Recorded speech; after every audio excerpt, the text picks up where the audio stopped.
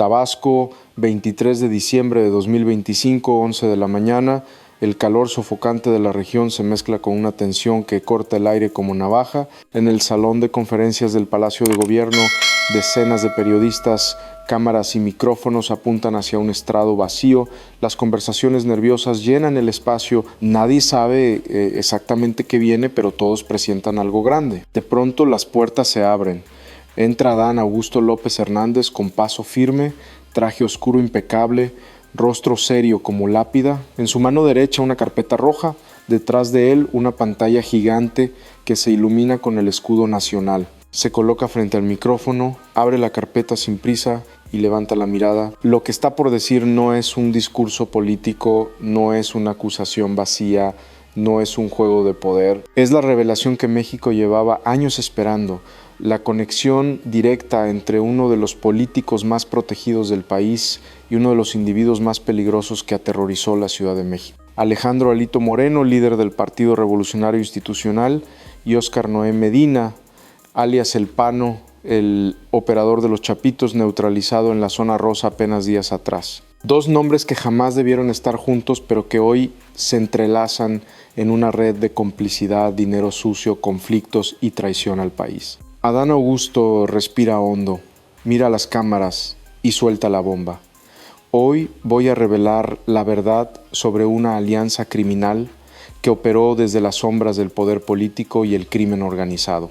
Una alianza que usó instituciones, sindicatos y estructuras partidistas para mover sustancias ilícitas, lavar dinero y blindar la impunidad. Alejandro Moreno Cárdenas no es solo un político corrupto, es socio directo de Óscar Noé Medina, El Pano, y de la estructura criminal de los Chapitos.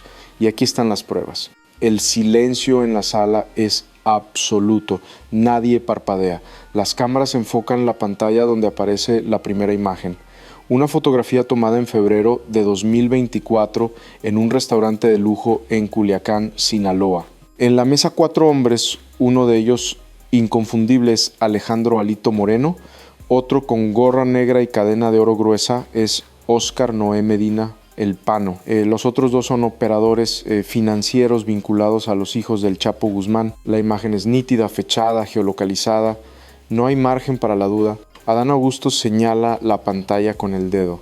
Esta reunión no fue casual. Fue un encuentro de negocios, un acuerdo entre un político que controla sindicatos, rutas y permisos y un operador criminal que necesitaba mover cargamentos sin ser detectado. La alianza comenzó en 2023, pero se consolidó en 2024 y lo que viene a continuación es aún más devastador. La pantalla cambia. Ahora aparece un mapa de México con líneas rojas que conectan puntos estratégicos. Campeche, Tabasco, Quintana Roo, Sinaloa, Sonora, Ciudad de México. Cada línea representa una ruta, cada punto un nodo de operación. Adán Augusto explica con voz firme y precisa.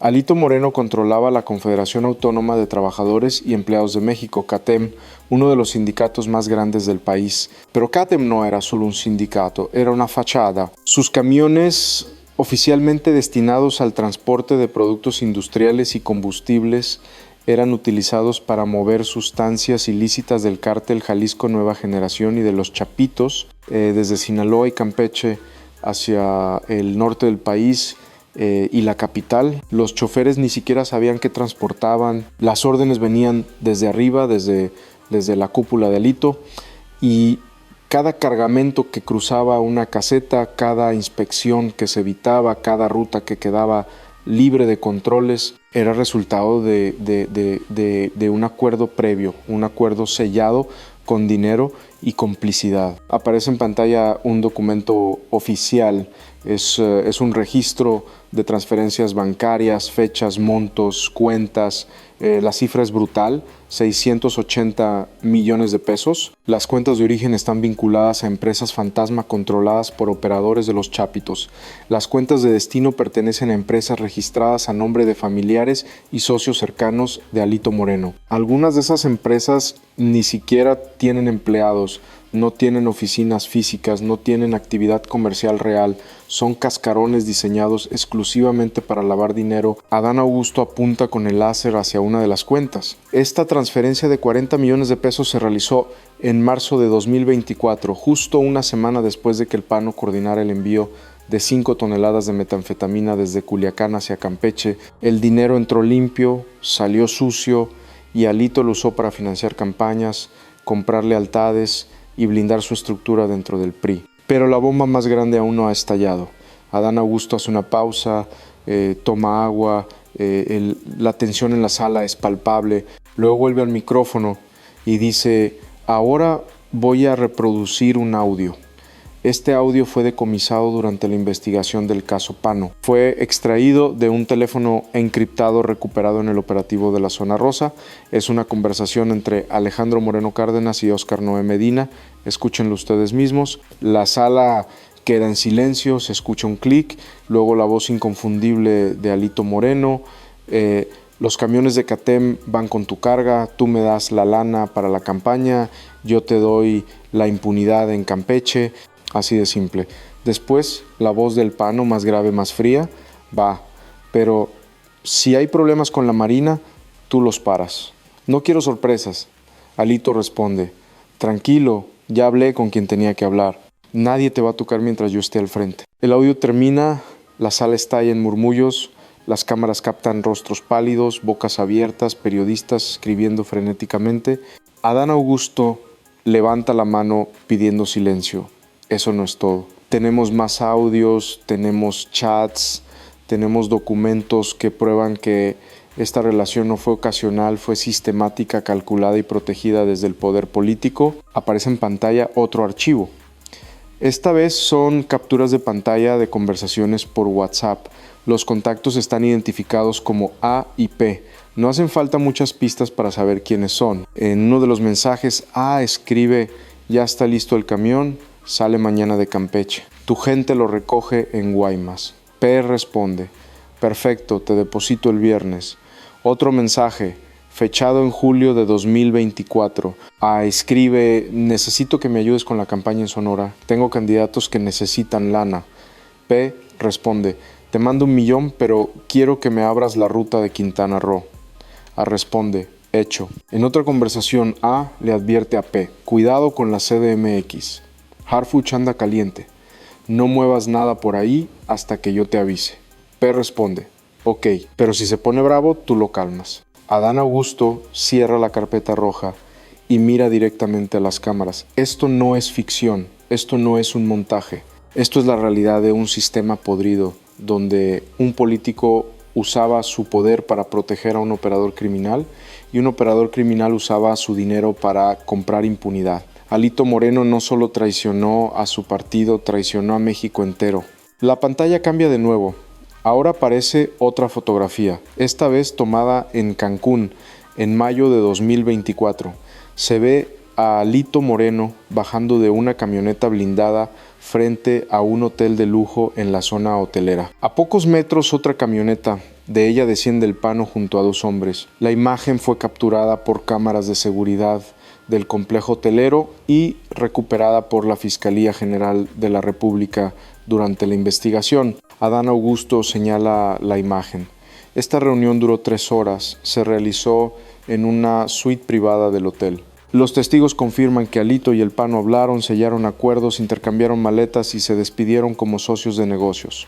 Porque eso es lo que eran, socios. Si te gusta este video, suscríbete porque lo que viene a continuación es aún más explosivo y necesitas verlo hasta el final. Adán Augusto continúa: lo más grave de todo esto no es solo la corrupción, es la impunidad con la que operaron. Durante meses, mientras el PANO sembraba terror en la Ciudad de México, mientras confrontaba rivales, mientras movía toneladas de sustancias ilícitas, Alito Moreno lo protegía desde Campeche, usaba su influencia para bloquear investigaciones, para presionar a fiscales, para garantizar que ninguna autoridad tocara las rutas controladas por los chapitos, y a cambio recibía millones de pesos que usaba para financiar campañas, comprar votos y mantener su control sobre el PRI. Pero hay algo más. Algo que conecta esta historia con el operativo en Zona Rosa, donde el PANO fue neutralizado. Días antes de ese operativo, Alito intentó advertirle. Tenemos el registro de una llamada realizada desde un teléfono registrado a nombre de un colaborador cercano de Moreno. La llamada fue hacia un número vinculado a El Pano. El mensaje fue claro: sal de la CDMX, Harfuch te tiene ubicado. Pero El Pano, arrogante, confiado, creyó que su red de protección era invencible. No salió y pagó con su vida. Ahora aparece en pantalla un organigrama. En el centro, dos fotografías: Alito Moreno y El Pano.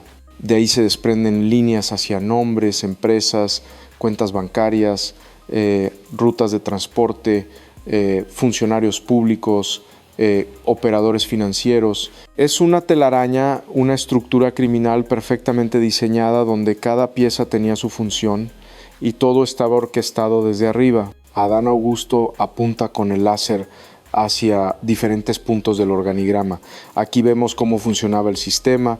Catem proporcionaba los camiones, las empresas fantasma lavaban el dinero, los operadores de los chapitos coordinaban los cargamentos y Alito garantizaba la impunidad. Cada uno cumplía su rol y todos ganaban, excepto México, excepto las familias destrozadas por los conflictos, excepto los jóvenes envenenados con metanfetamina, excepto las comunidades aterrorizadas por individuos que operaban bajo el amparo de políticos corruptos. La reacción en redes sociales es inmediata.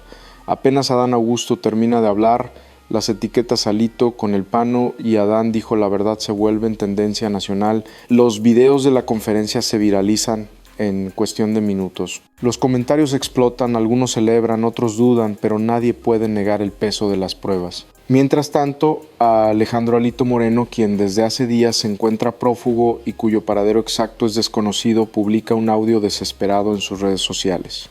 Su voz tiembla: mentiras, todos son mentiras. Adán Augusto me inventa nexos por venganza política.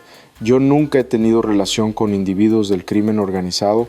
Esto es una persecución, es un montaje. Pero las pruebas hablan más fuerte que sus palabras. Los audios son reales, las transferencias son reales, las fotografías son reales y el país lo sabe. Dentro del PRI el caos es total. Diputados renuncian en masa. Líderes estatales exigen la disolución inmediata del partido. Algunos piden que Alito sea expulsado formalmente. Otros simplemente guardan silencio, asustados de que sus propios nombres aparezcan en la siguiente lista, porque si algo dejó claro Adán Augusto es que esta investigación no termina con Alito y El Pano. Apenas comienza y hay más nombres, más pruebas, más conexiones por revelar. Adán Augusto cierra su intervención con una frase que retumba como disparo: esto no es un ataque político. Es la verdad que México merece conocer.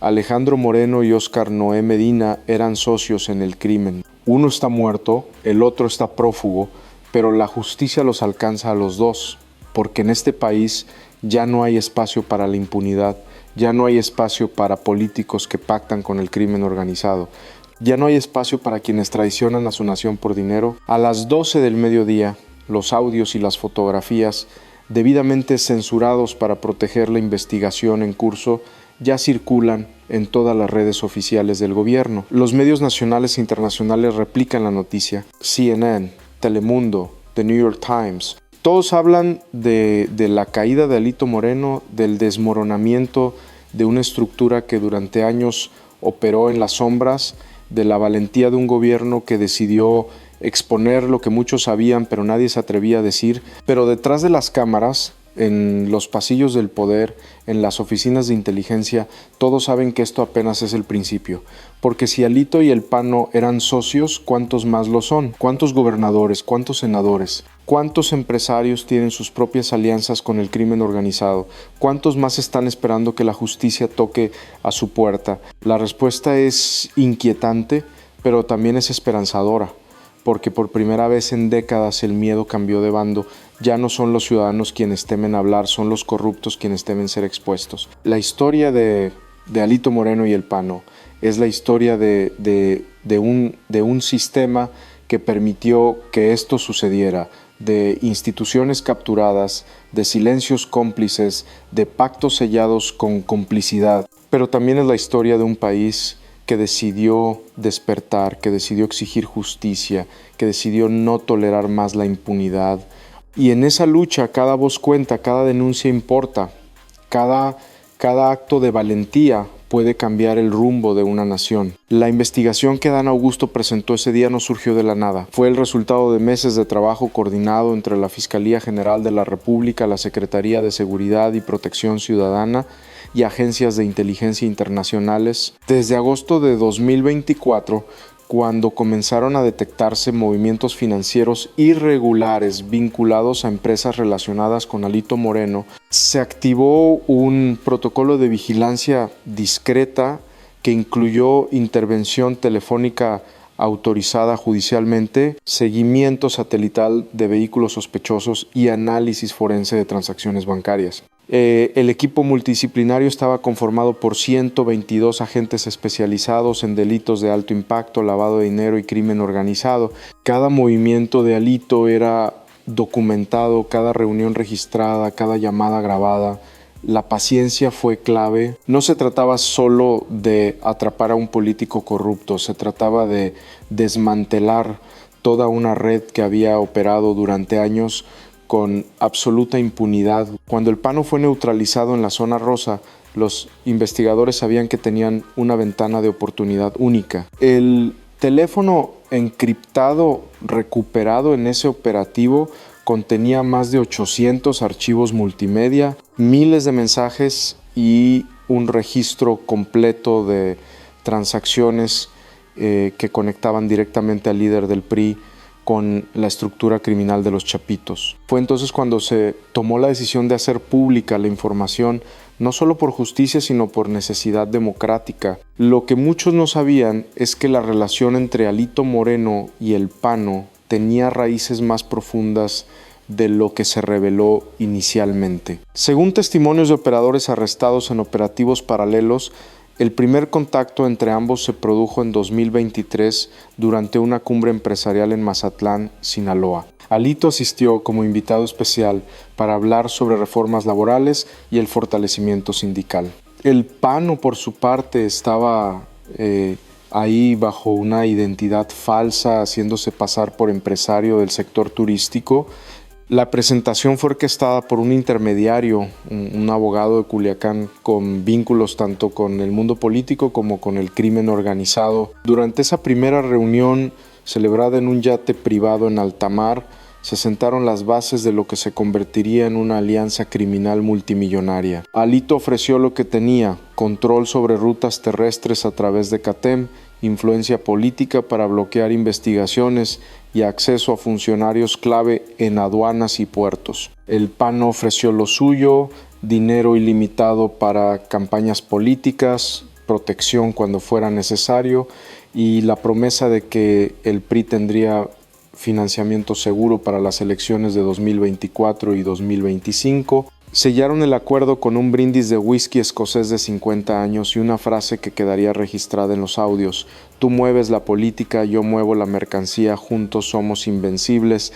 Durante los meses siguientes la operación se refinó hasta convertirse en una maquinaria perfectamente aceitada. CATEM, el sindicato que agrupa a más de 2 millones de trabajadores en México, se convirtió en la pieza central del esquema. Los camiones sindicales que oficialmente transportaban materiales de construcción, productos industriales y combustible comenzaron a llevar compartimentos ocultos diseñados por ingenieros contratados específicamente para ese propósito. Cada compartimento podía albergar hasta 500 kilogramos de sustancias ilícitas, perfectamente sellados para evitar la detección de perros entrenados o escáneres básicos. Las rutas eran cuidadosamente planeadas, salían de bodegas clandestinas en Culiacán y Badiraguato, atravesaban Sinaloa sin ser inspeccionadas gracias a acuerdos con autoridades locales compradas. Ingresaban a Campeche, donde eran resguardadas en almacenes controlados por operadores de Alito,